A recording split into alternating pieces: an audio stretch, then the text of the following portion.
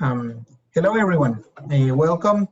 So today it is the last presentation of our first webinar series of Silver Solutions. So we've been doing these Silver Solutions as an analogy for that we are run out of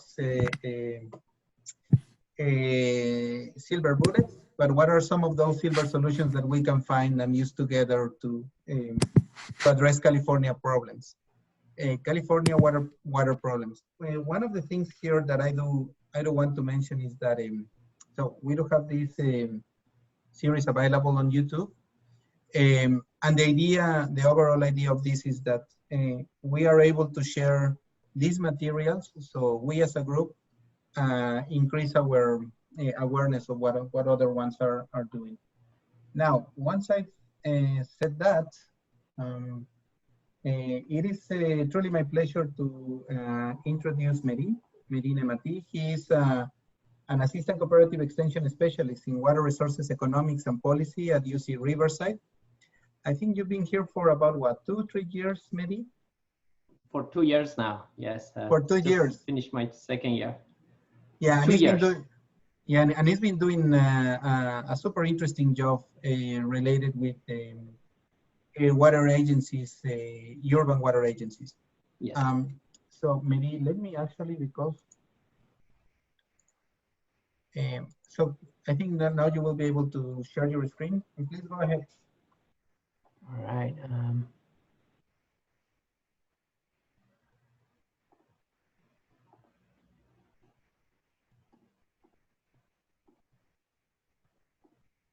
Okay.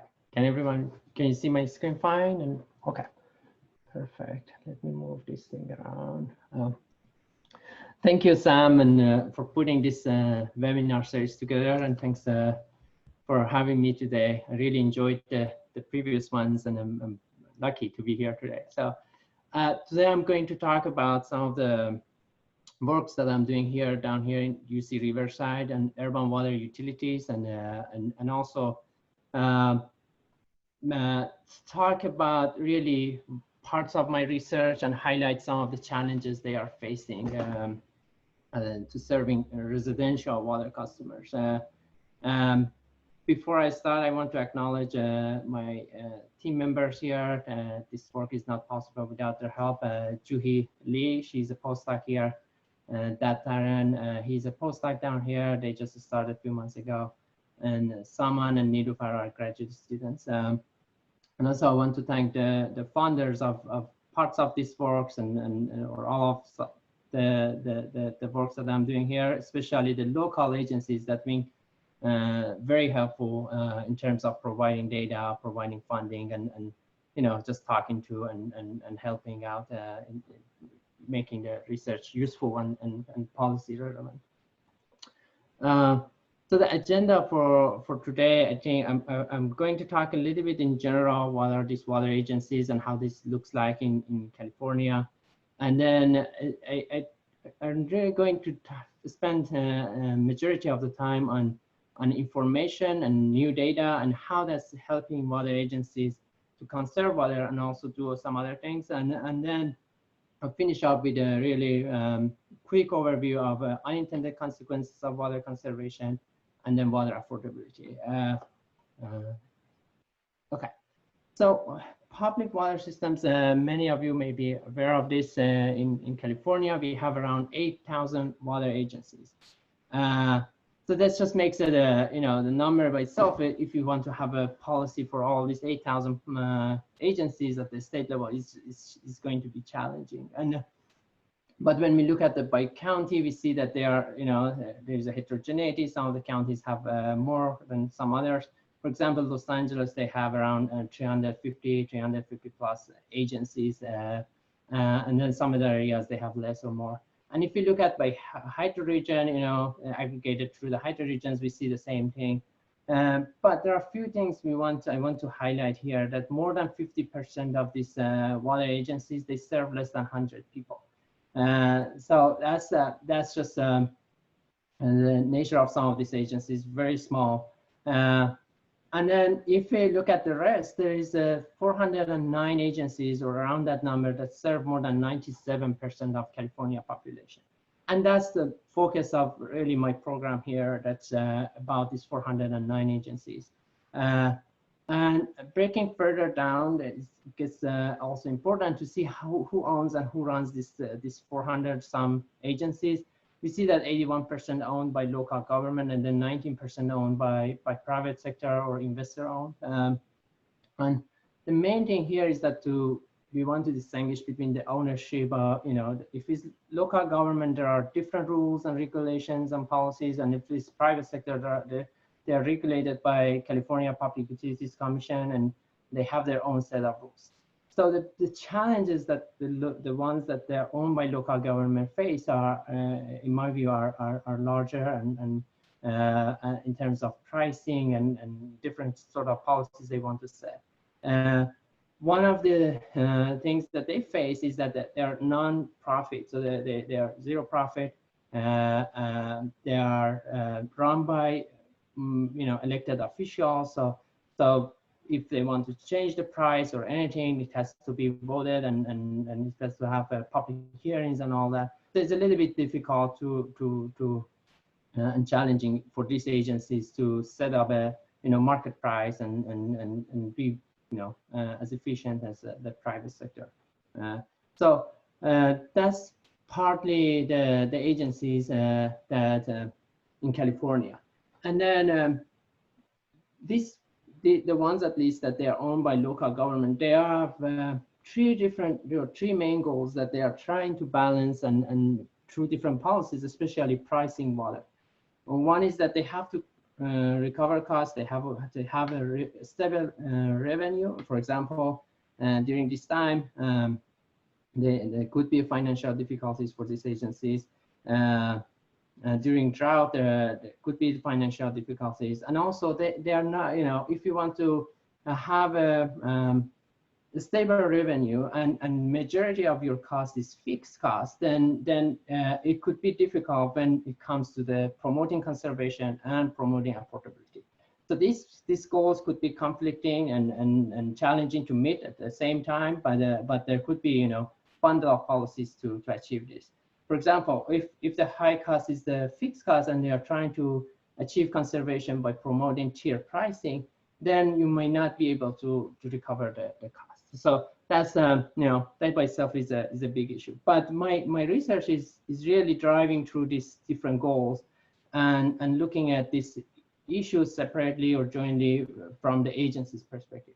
For example, the project I'm just starting and working on is how the revenue and cost looks like in water utilities, how that relates to the agency characteristics, the ownership and all that.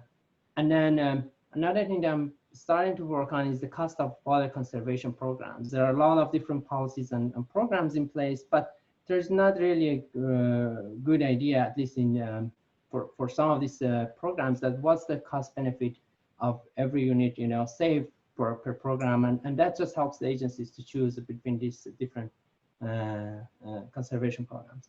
And we summarize later on about unintended consequences of water conservation, methods to achieve conservation through pricing and non-pricing, water affordability, and then impact of information on water conservation.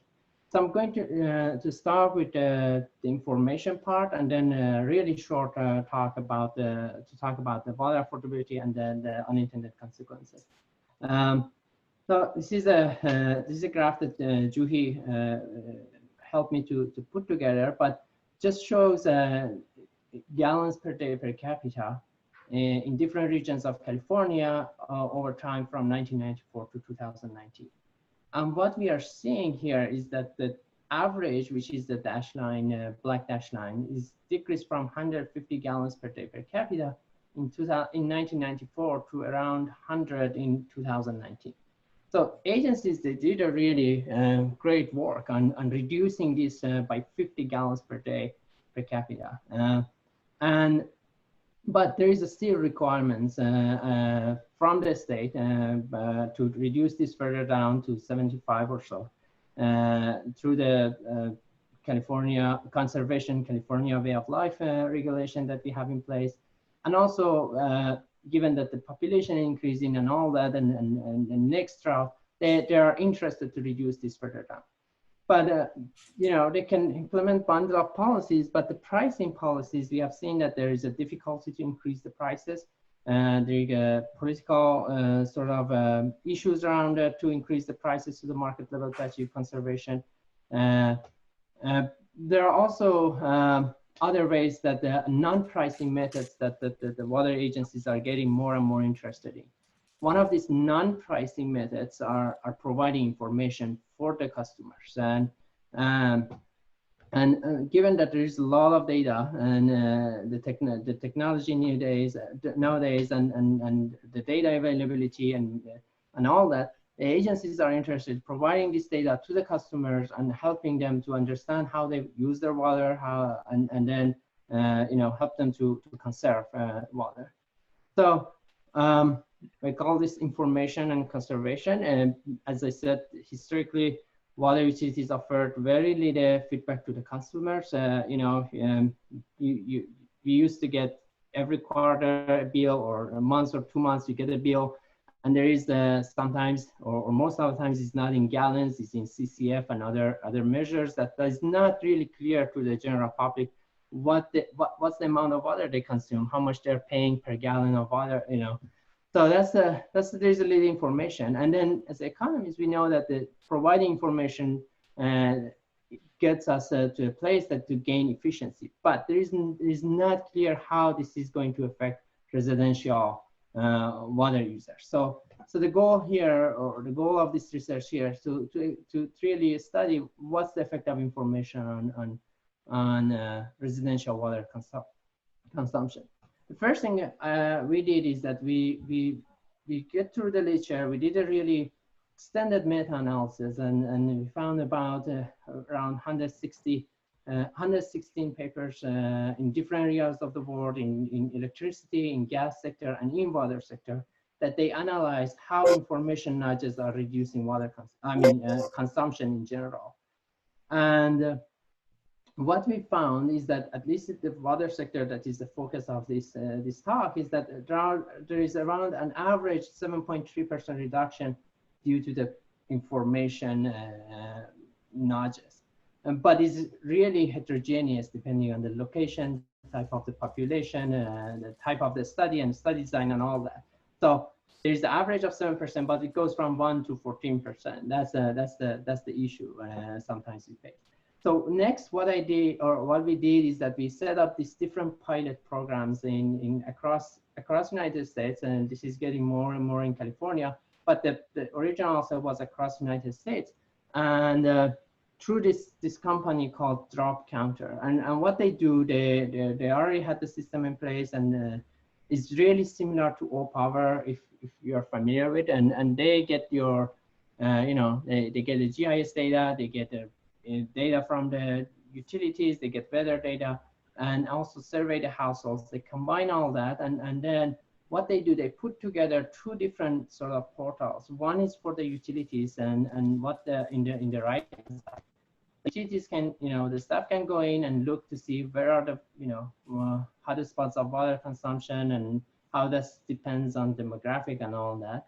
And then another part that is the focus of my study is the providing these reports for the individuals, for the households.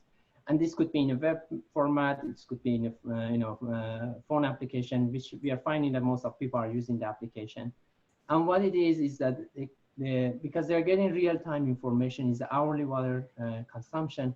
They compare your consumption, to the previous day, to previous week, to previous year, and whatever is the interest that you can filter out. They show you the rates where you stand in terms of your bill. So it's a real-time information on amount that you are going to pay. And they provide different sorts of alerts. But one thing that I'm really interested is in the leak alerts. If they see that more than 72 hours, the water is running and there is not zero consumption day, they receive alert. It could be in a push message, it could be in an email form, and they notify the customers about that leaks.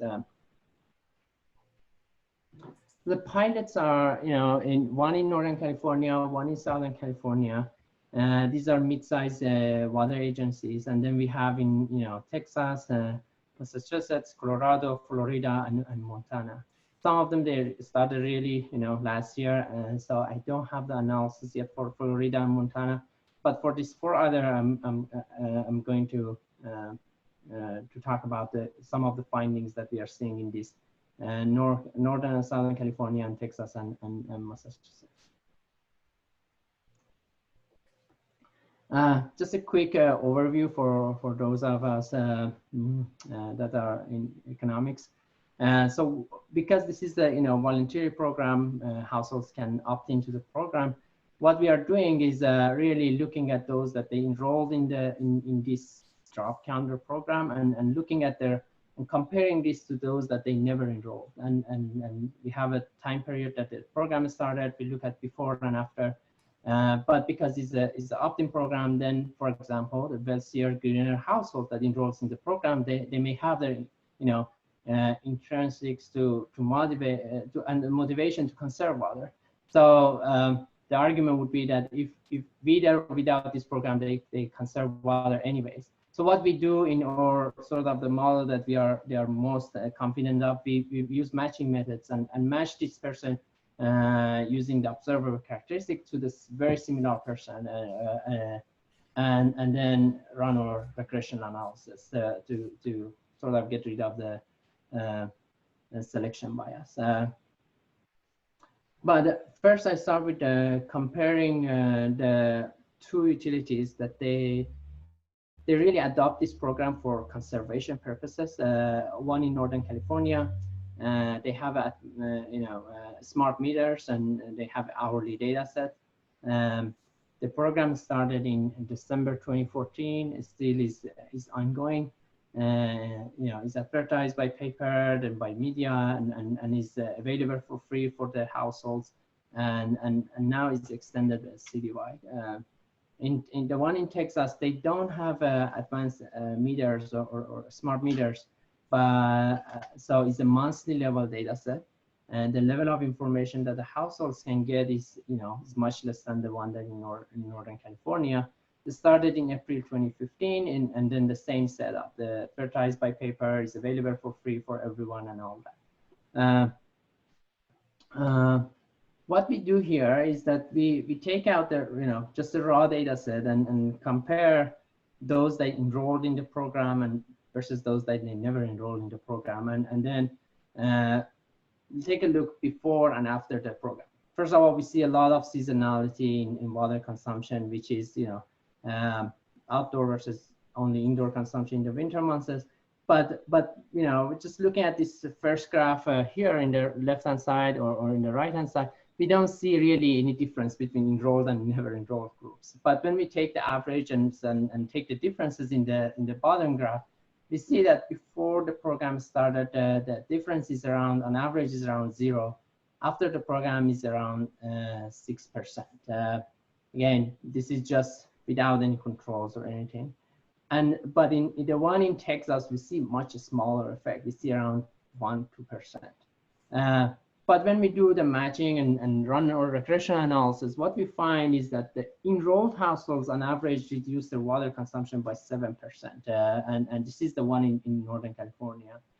And to give everyone an idea what 7% looks like in the utility in Northern California is about 45 gallons per day. And that's like a shower or average shower a day. That's how much water it is, and we see a lot of heterogeneity. Those in the highest quintile, they are reducing the most, and then those that are in the lowest quintiles, they're reducing this. But when we look at Texas, and I was expecting to find no effect, because this is really the same thing. Is like your bill. This is a monthly data.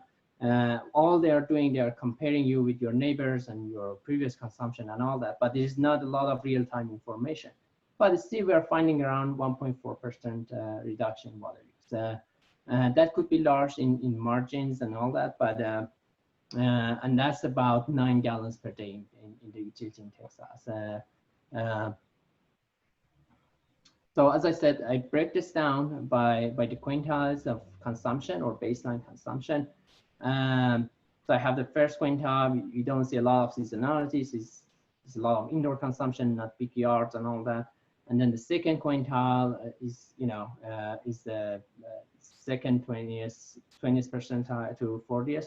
And then it goes to the fourth and fifth, which is the largest end users. And we do this in both utilities. Again, by just looking at the raw data set, we don't see a lot of differences in the first and second quintile. But when we go to the fourth and fifth quintile, especially in the fifth quintile, we see that there is a large reduction, and it's very clear from just looking at the graphs without any controls that there is a reduction in consumption in the fifth quintile for the utility in Northern California. And in Texas, still we don't see large differences. But what we do, again, we run the regressions and put all together, and instead of showing you the coefficients, these are just the graphs coming from the, the estimated regressions and models. And what we are seeing across different quintiles, we see that there's, everyone is reduced in Northern California. But as we go to the fifth quintile, which are the largest end users, they are reducing the most. And that just makes sense because they have more room for conservation. And in Texas also it's the same thing. We see everyone is reducing, at least no one is increasing. But then we go to the largest quintiles, we see that the largest are happening in the largest quintiles. And one thing that utilities really they were worried about is that if you give information to the users in, to the low end users, those that they use the least, and say that you are the most efficient in the neighborhood, you are consuming 20% less than average in your service area, then that motivates them to not conserve and even increase their consumption, which we are not seeing, and that's a good thing. And we haven't seen in electricity or other studies in similar settings, so that's good. But one message that is really for the utilities is that if you want to achieve the most conservation and have limited money to spend on conservation on programs like this, then we need to focus on those customers that have the largest opportunity to conserve. And this could be the biggest users. And the second thing that, again, this is coming from, the question came from the utilities, that maybe this effect is going away after a month or 2 or 3 or a year. But what we did, we looked, a year before and bring everyone to time zero and run a regression analysis. And what we are seeing that before the program started, there is no really statistical difference between the enrolled and never enrolled group. And that's a good news for my sort of econometric analysis. But after the enrollment, we see that there is around an average 7%, but still after 20 months being in the program, we see the effect is in there, is not going away. So that's a good thing for the utilities, is that if they want long-term behavioral change, then this sort of programs could be useful to adopt. And then the next thing I look by different sort of messages that we send out. So we had the monthly report emails that compares you to your neighbors, to the most efficient, to your own usage and all that. And in x-axis, it just shows days after the customers, they receive the message. And this is Northern California that we had the hourly or daily data set. And what we are seeing is that the day they receive the messages, they are, they conserve the most, they are reducing around 10%.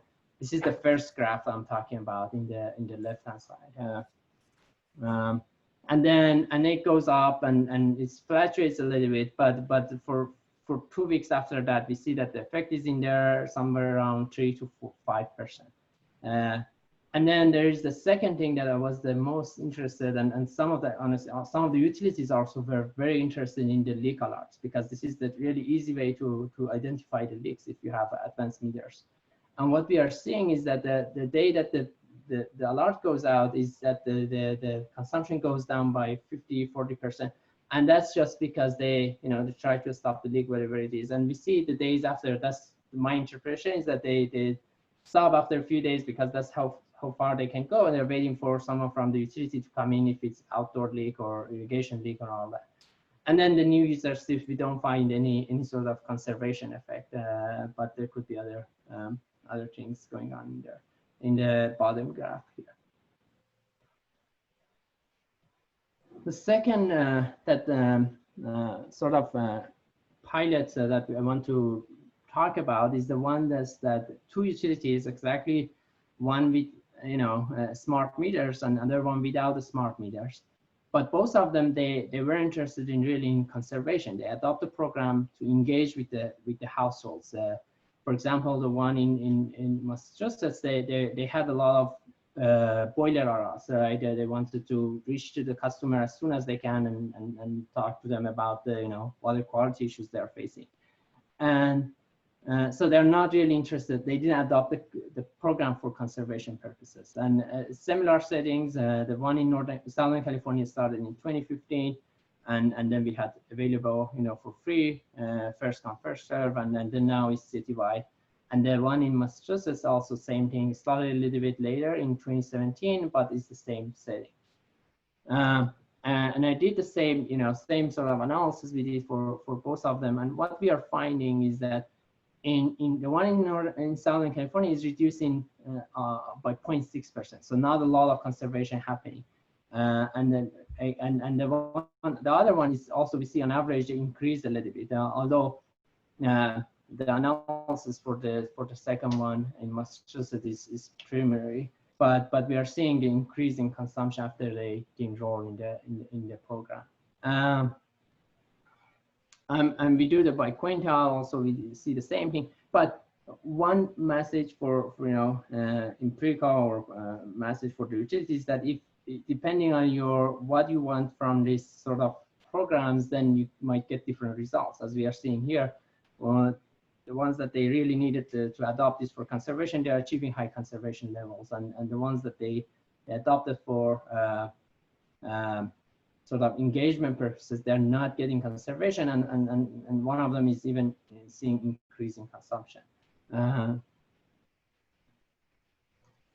Okay, so let me summarize the first part of the talk. And so providing information for the customers is low cost, non-price way method for reducing residential water consumption. And I'm saying low cost because we did some analysis on comparing this program with other programs in place, such as turf replacement and other things.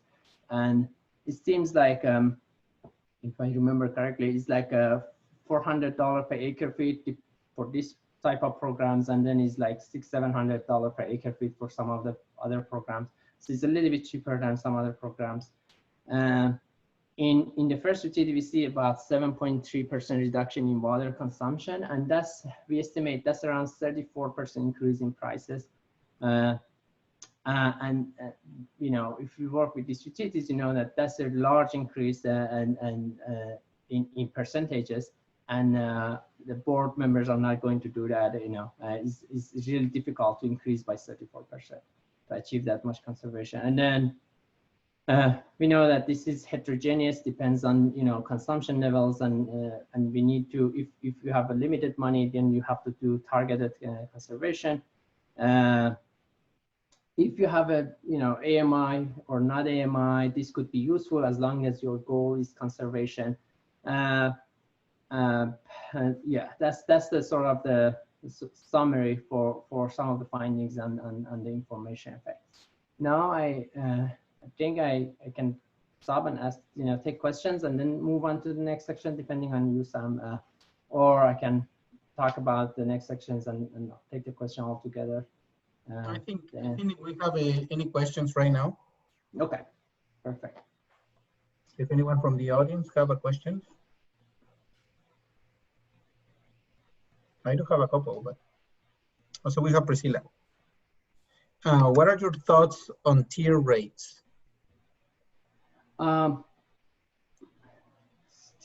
Tier rates are, in terms of conservation, they have shown promises to achieve conservation.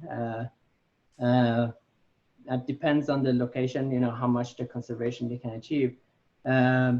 It's hard for some of the utilities to use it just because the financial difficulties they are facing. there's a large fixed cost, and if they want to, you know, do a lot of volumetric pricing, then that could be an issue. What I'm finding, and another thing is that it doesn't really, for conservation purposes, it doesn't really matter how many tiers you have, but really the main thing is that the steps or the difference between each tier. So if you have 3 tiers and difference is, you know, 1%, then that's not really conservation. Is not going to achieve a lot of conservation. But if you have 3 tiers, but the difference is 20% between each tier, then that's really, you know, it could be there could be a potential for achieving conservation. So that's yeah, that's my thoughts on conservation. Thanks. Yeah, thanks, Maggie. Anyone else have any other question? Okay, seeing the chat, but I'm not able to. I think it was only Maggie, but I'll keep you posted on the chat, Maggie. Oh, okay, thank you. Yeah, let's get going. Oh, perfect. Okay, so now I you know, as a researcher, we are interested in different angles of one issue. So one of the things that we looked at and what we are finding is this was interesting to us and to some of the agencies, is that there are unintended consequences regarding indoor water conservation. So the way that we are thinking of this is that, you know, water is linked everywhere. Is we have to look at it as a system. It's not, you know, if you are conserving in somewhere, then you are going to have less water in some other places, right? So what we did, we have the here I have 3 maps, and these are all in Southern California. The black dots are the wastewater treatment plants, and the others are, you know, water districts or water district boundaries. And we compare consumption to the before drought consumption. We see that, you know, the policy that we had, voluntary reduction policy in 2014 to 2015, we don't see a lot of reductions, at least in Southern California. During the Governor no, this is Brown's announcement, we had larger reductions, and then later on during the self-certification, we see also some reductions. But we keep hearing from the wastewater treatment plants that you know, if there is a conservation, they're receiving less water and in a worse quality, and that's just making problems for them, because they are designed for, you know, a certain capacity, and their technology to treat water is in at a certain level. So what we did, we take all this data together and merge it, and the publication came out recently in Nature Sustainability, which I can refer people to. I would be happy to provide if anyone is interested. But what we are finding is that during the mandate, the effluent flows going to the wastewater treatment plants reduced by 9%. And that, depending on the wastewater treatment plant, was about 4 to 16% range. And then the quality of these effluents, which we measure by salinity level, increased by around 9%. And again, this is around the mandate. We see the largest effects around the mandate. We see a smaller effects on other periods, but still there is a reduction in the effluent flow and increase in salinity levels. You know, always there are different costs for even good programs like conservation programs, and we have to account for and look for.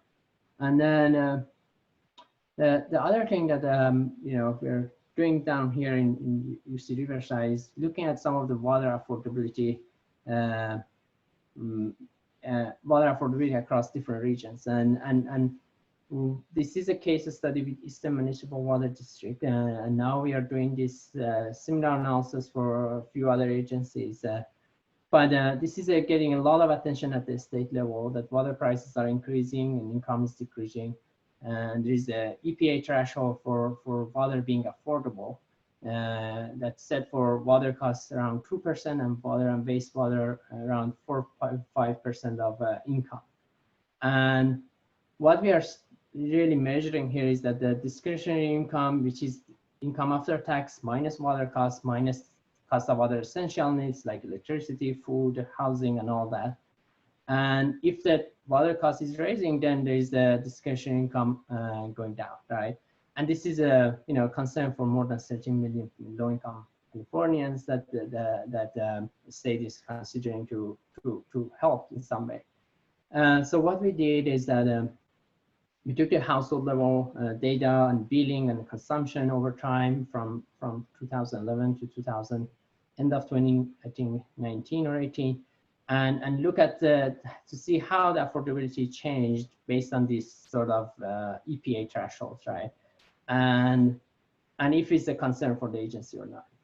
So this map here shows the agency boundaries. We see, there is a lot of heterogeneity in terms of income level. It goes from 38,000 or less to more than 103,000 a year.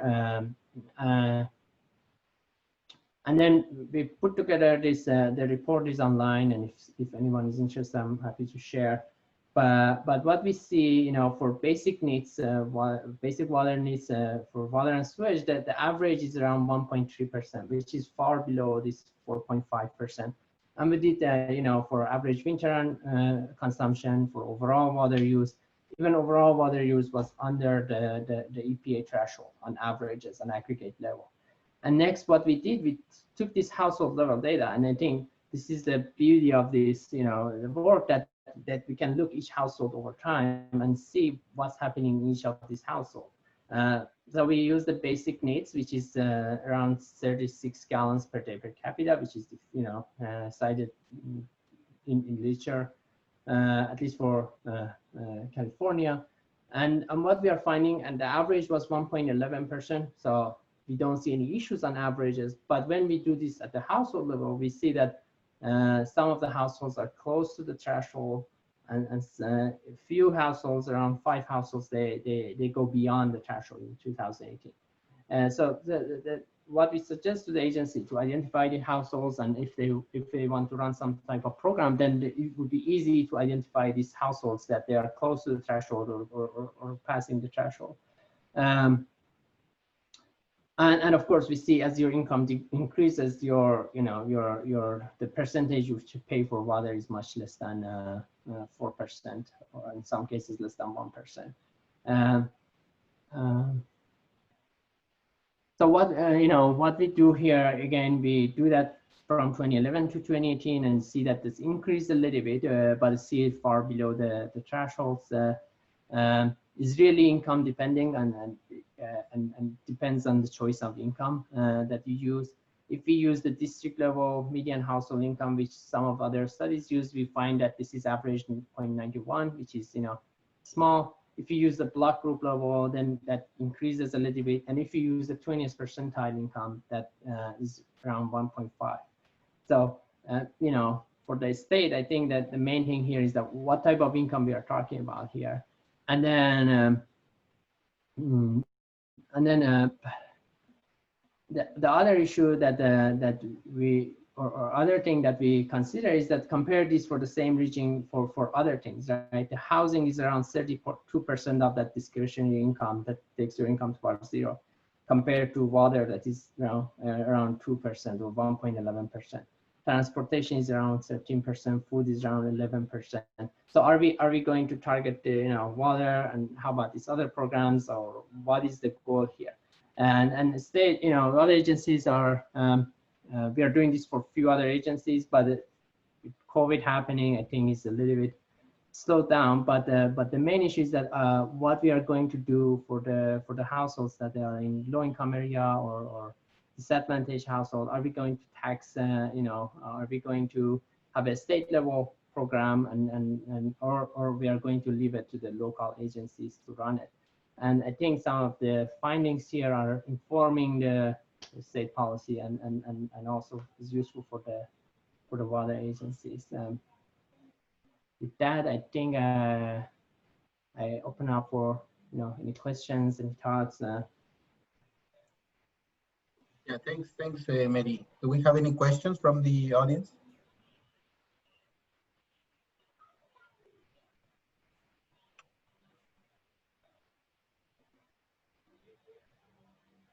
So, well, the rest of the audience get some courage. Mehdi, you were mentioning um, about the affordability ratio. Could you go back? And it was 1 point something. That one, yes. I was, yeah, this one. Could you explain a little bit what that means? I was a little bit lost on this one, on the affordability ratio. Yeah, sorry about that. It's, so the ratio is, we take the cost or the payments for water at the household level, and then divided by that by disposable income at the we have different measures for income, but that's divided by income. So that's so this is like for basic needs, which is around 36 gallons per day, is around 1.3% of the income. So every house, on average, households are paying around 1.3% of their income for water and wastewater. And then when we increase that the water use to indoor to include indoor, not just the basic needs, that's about 1.44. If we just look at the whole winter consumption or average winter, that's a little bit more. And then if you look at the overall use, that's around 2% of income. Which is again the ratio is, I guess, from EPA is 4.5. So this is still below the ratio, but how you define the ratio and all that is it's a little bit confusing, right? So, yeah, I see it is a ratio or a percentage or the relationship related to that kind of affordability once you have subtracted everything. I see. Yes. Well, it also says that water is not getting cheaper. It is just going up and up. Yeah, I mean, so one of the things that I'm seeing, I'm still learning about water utilities in California, but one of the things is that when we looked at these several agencies in Southern California and the one in Northern California, is that when look at we compared the increase in the bills, total payments, not the prices, to the to the inflation rate, and they are pretty comparable, so that's good. Okay. And then sometimes you see people mention 60% increase in water prices, but that 60% is like $10 a month, or the percentages sometimes could be misleading in overall. Is better when we talk about the rates, is also in dollar values that could be useful. And the last thing is that we are facing, at least the urban, we are facing aging infrastructure, and to finance some of this infrastructure, someone has to pay for it. So is that's some of the research I'm just starting on water cost and agencies, sort of how they deal with these different financial sort of decisions. Yeah, no, I see that one, and I mean, as you're saying, they will have to improve their facilities or their infrastructure, and yeah, someone has to pay. We have a question from Maggie. So, yes. Do you have an idea of what changes people are making to conserve water? So, what changes people are making to conserve water? Are they easy actions or major, like renovating outdoor landscape? I see. I don't have any. I'm sorry, I don't have any information on that. But for the ones that you are using mobile apps or the apps, we are now surveying these households to see what are they investing in technology, are they taking advantage of the rebates. That's a great question, but I don't know really what changes they are making. It seems like the conservation is coming from outdoor actions, like replacing turf and all that. Looking at the hourly data and seeing what time of the day that the water use is going down. But again, the survey could help us to identify and make sure that's the case. And one thing that is indicating that they are investing in technology and and making long-term decisions is this graph here, because it's the long-term change, as we see. They're not going back to the levels they had before, which again, that's suggestive, but not yeah. Do we have any other question? I don't have many more.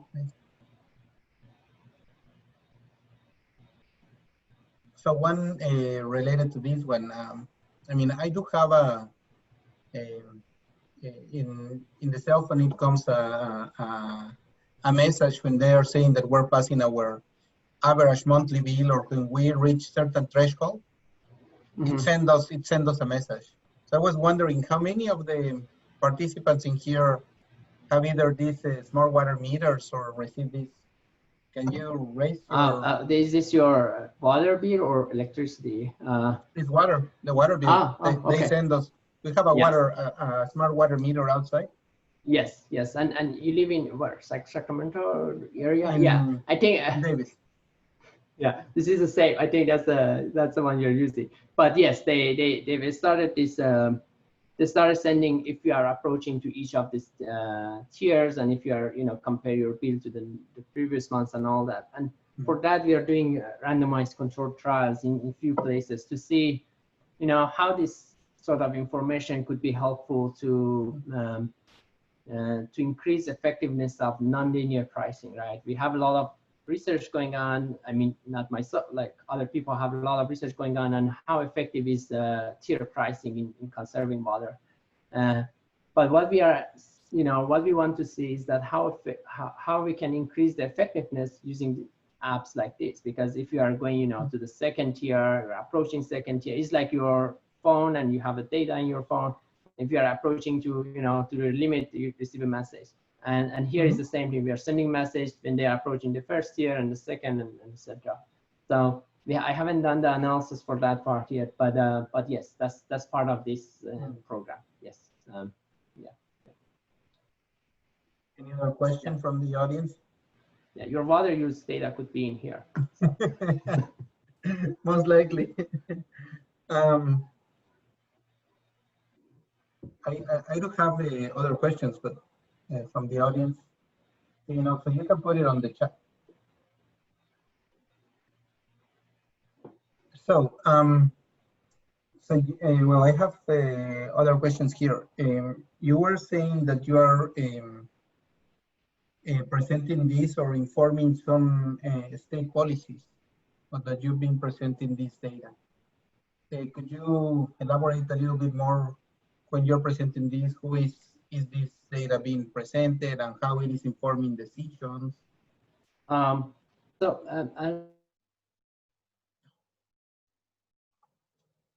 Here 2 years ago is a great group down here that already had the relationship with water agencies that I could connect.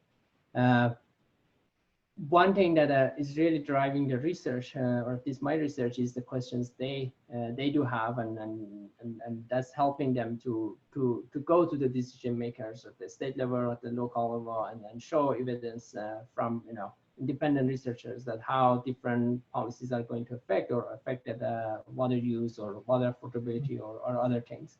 So that's the one thing. And then before COVID, we had people, the water agencies and all that coming to this or seminar series and all that. That was very useful to get connected with these people. But yeah, so hopefully we get back to normal soon to continue that. But that's yes, that's I would say that the research is very empirical, applied, and it drives by the agency needs.